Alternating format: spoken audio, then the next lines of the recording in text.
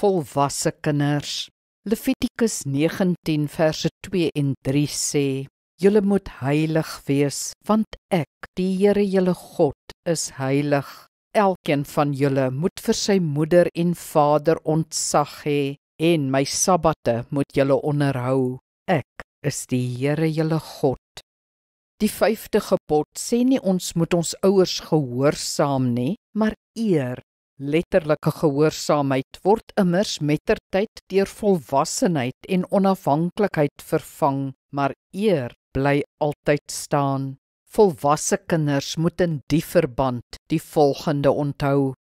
Behou steeds gesonde grense teenoor jou ouers. Beskerm jou eie huwelik as eerste prioriteit. Julle is geregtig op julle privaatheid. Moet ook nie jou huweliksmaat by jou ouers kritiseer nie.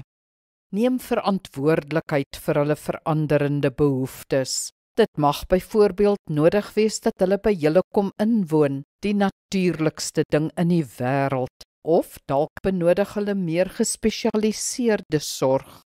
Handel probleme met jou ouers af. Was jou kinderjare hartseer of vol konflik? Is jy van jou ouers of familie vervreem?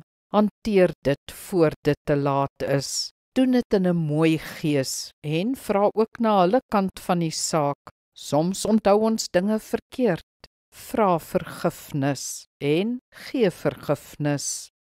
Kom ons bid saam. Hemelse Vader, help my om vir pa en ma te sorg, soos hulle eens vir my gesorg het, en stel my in staat om dit in die regte gesindheid met liefde en respek te doen.